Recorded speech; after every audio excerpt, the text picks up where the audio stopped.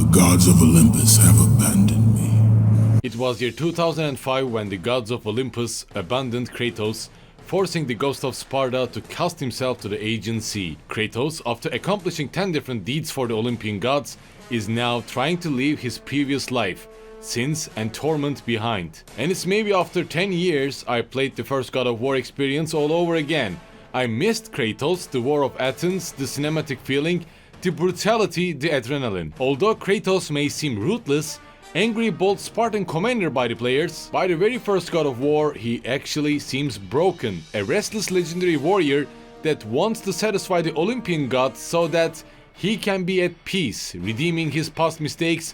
And well, I wonder if slaughtering your own wife and daughter in a berserk state would count as a mistake though, rather than a sin or a taboo, or in Kratos' case, a curse. The first God of War focuses on the last mission of Kratos, where he is on a journey to slay his former master, Ares, the original God of War of Greek mythology. It's Arcade out here, and after finishing the God of War Ragnarok, I'm here to experience the previous games of God of War series once again, maybe to remind you of this series, or give you another excuse to play them from scratch, or just to motivate you to play it. Let's dig deeper into what Kratos once was, and how his journey unfolds. Without any doubt, the opening sequence of God of War is memorable, maybe flawless and shocking. Just imagine the PlayStation 2 era, the graphics of that era, and now imagine the very same heavy storm, the angry Kratos slaughtering tons of demons that are appearing out of nowhere, spinning your blades of chaos, spilling blood. Even that feeling of action, the adrenaline, were unmatched during that time, and after 17 years, it is still unique. These sailing galleons are under attack, and while you are trying to make your way throughout this mess, one of the most iconic creatures of the Greek mythology appears before you, a Hydra. The very first head of an 8-headed Hydra that will soon appear before Kratos, presenting us one of the most cinematic kill animation of video game industry, and also teaching us the meaning of quick time events.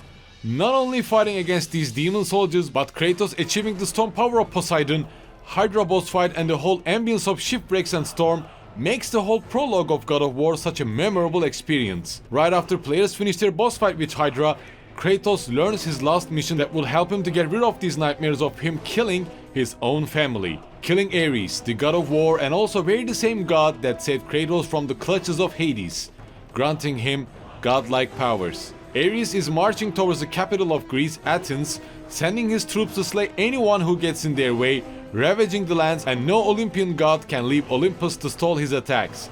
Knowing that, Athena, who also guides Kratos during his 10 years of deeds for the Olympus gods, informs Kratos about this task. Athena's brother, Zeus's son, must die. This is where Kratos' God of War journey begins, and as you know, his journey is far from being over. The very first God of War consists 3 main level areas, if I were to be specific. First being the Prologue area, second being the streets, rooftops, and the temples of Athens, and the third is a fictional desert that Kratos needs to pass in order to reach the Temple of Pandora, which I'll be soon talking about. The streets of Athens is probably my favorite sequence within God of War, having that ancient Greek ambience, hoplites or hoplites fighting with each other, and Kratos fighting everyone. Starting with Blades of Chaos and Poseidon's Rage ability, Kratos achieves Rage of the Gods, Medusa's Gaze, and also Zeus's Furious abilities that would help players throughout their journey, and also making the whole God of War bloodshed hack and slash experience more fun, especially the Rage of Gods ability. As being similar to the God of War 2018's and Ragnarok's Spartan Rage ability, Kratos can unleash the Rage of Gods when his gauge is full,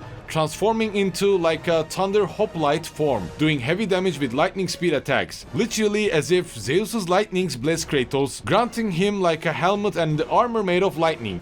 It's just so cool in terms of design and the gameplay that I just love doing these, and wondered why God of War 2018 or the Ragnarok never had such a cool looking Spartan Rage design. Punching the enemies over and over again, going full JoJo mode, kinda felt boring after a while for me. The first half of Athens is basically hack and slash and platforming sequences combined. The puzzles are nothing that overwhelming of a kind, nor they do not affect the overall action flow of the game. It's just, I would say, quite balanced. And right after you finish the first half of Athens map, you reach at the crossroads that will lead you to Temple of the Oracle, or the desert that you will seek the Pandora's box later on. However, on that very crossroad, there's a trick that the game developers rarely do, showing your end game goal beforehand, or a threat that you need to overcome sooner or later.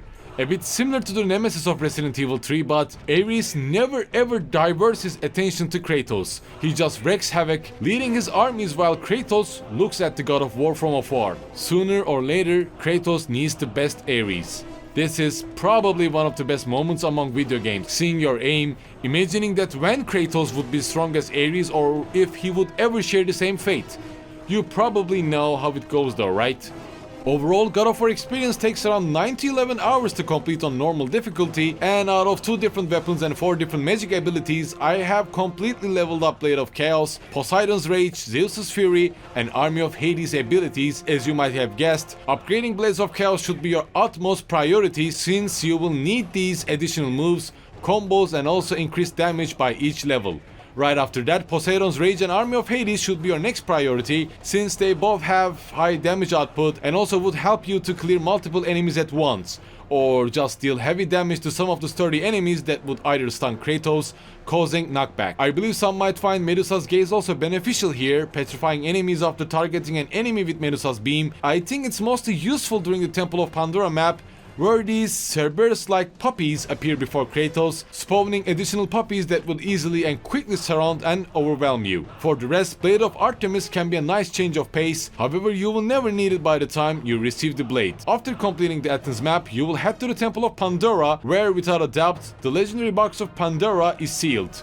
I really don't like that sequence of God of War, to be honest. Feels a bit kinda like Prince of Persia map. It's quite hard to feel that Greek mythology ambience, you know. During these parts, I would like to also call this as the second part of the game, where you will seek the Titan Kronos, who also carries the temple on top of his back, chained forever by his own son, Zeus. This sequence once again was the peak point of the cinematic level design of PlayStation 2 era. Kronos is literally walking on his knees like a dork, carrying a giant-ass temple on his back, wandering around the desert. Just perfection. This second half, aka the late game of God of War, has lots of traps, puzzles to keep Pandora's box safe, and of course a boss fight that is quite underwhelming than Hydra boss fight or any other encounter of Kratos, which is a bit shame in my opinion. Both the Blade of Artemis and the ability of Army of Hades can be found there, and that is when I wanted to finish God of War quickly and realized that I, to be honest, hate the second half of God of War quite much. If I need to talk about how my feelings have changed with my recent run, I can say that the second half kind of feels like a lack of budget or development time, I would say. The Temple of Pandora may be supposed to be like a maze and filled with traps, like it's quite logical to protect the world from Pandora's box itself. However, as I mentioned before, it didn't have that God of War aesthetics or charming, memorable sequences or fights, let's say. I think I can play the first half of God of War like maybe 5 times rather than playing the Temple of Pandora levels from scratch once again. It was that kind of a chore and frustrating for me. I think the main change about my ideas and feelings were the second half of the game. The very first part from Prologue to the end of Athens is still kind of feels fresh, interesting and charming and full of adrenaline. I just love it. But there was one tiny foreshadow in that Pandora's temple that I want to talk about and kinda caught my attention this time. There Kratos sees a mural about a mortal fighting against Zeus. Such a nice detail, isn't it? I really don't know if the developers really made a foreshadow here or just wanted to play around a little bit, but that was such a nice detail, I think. The very first God of War is still fresh from Kratos' gameplay, his combos, his anger, how loyal he is, the cutscenes of blood and murder to even streets of Athens, Hydra appearing by the prologue, and Ares showing himself from far away still carries the very same effect, the very same intensity, though I can't say the same for the second half of the game. Kronos' design and also its cutscenes were again carrying the God of War spirit in it. Nonetheless, I can't say the same for the level design of Pandora's Temple. It is still worth to play, it is still exciting and a must-experience title after 17 years. Even if you played it before or met with Kratos with the God of War 2018, it is still not yet late to travel to Athens and learn how Kratos turned into legendary God of War. And of course I'll be continuing to cover the other God of War games in the future, from Chains of Olympus to Ghost of Sparta and of course also Ascension, until the God of War 2018. We have a lot to cover, so stay tuned.